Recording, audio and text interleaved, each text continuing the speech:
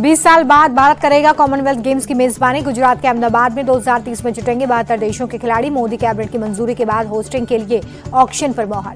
Tariff की काट ढूंढने में लगी सरकार। सूत्रों की खबर, यूएस के साथ ट्रेड पर बातचीत के रास्ते अभी भी खुले। कैबिनेट मीटिंग में बाकी देशों से व्यापार बढ़ाने पर मंथन।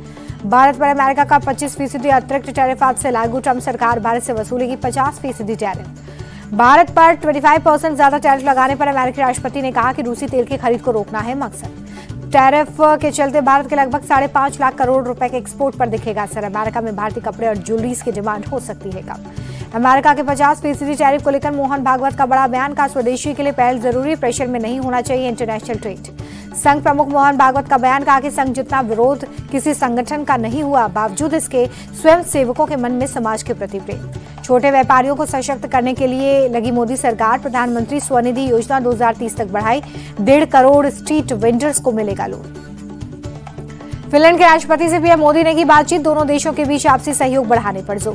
केंद्रीय गृह मंत्री अमित शाह ने ऑपरेशन महादेव में शामिल जवानों को किया सम्मानित। जवानों ने पहलगाम आतंकी हमले में शामिल 3 आतंकियों को ढेर किया।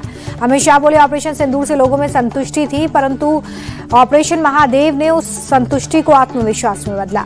मध्य प्रदेश के महू में रणसंवाद 2025। रक्षा मंत्री राजनाथ सिंह बोले, भारत कभी भी युद्ध चाहने वाला देश नहीं, लेकिन कोई चुनौती दे दे तो ताकत से देना जवाब जरूरी।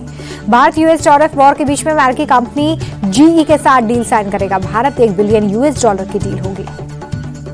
राहुल गांधी ने एक बार फिर से देश में वोट चोरी का आरोप लगाया। कहा कि एमपी, हरियाणा, महाराष्ट्र में वोट चोरी हुई, एग्जिट पोल फेल रही हैं। बीजेपी पर आरोप लगाते हुए राहुल गांधी बोले कि गुजरात मॉडल वोट चोरी करने का मॉडल है, जिससे ये लोग 2014 में राष्ट्रीय स्तर पर लेकर आए। मुजफ्फरपुर में राहुल गांधी बोले कि अमित शाह कह रहे हैं कि देश में बीजेपी 40-50 साल राज करेगी।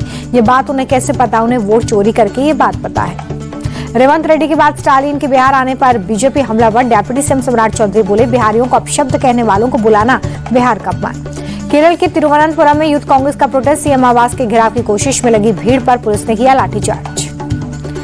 कटरा हादसे में यूपी के 10 लोगों की मौत। सीएम योगी ने पीड़ित परिवारों को 4-4 लाख की आर्थिक मदद का ऐलान किया।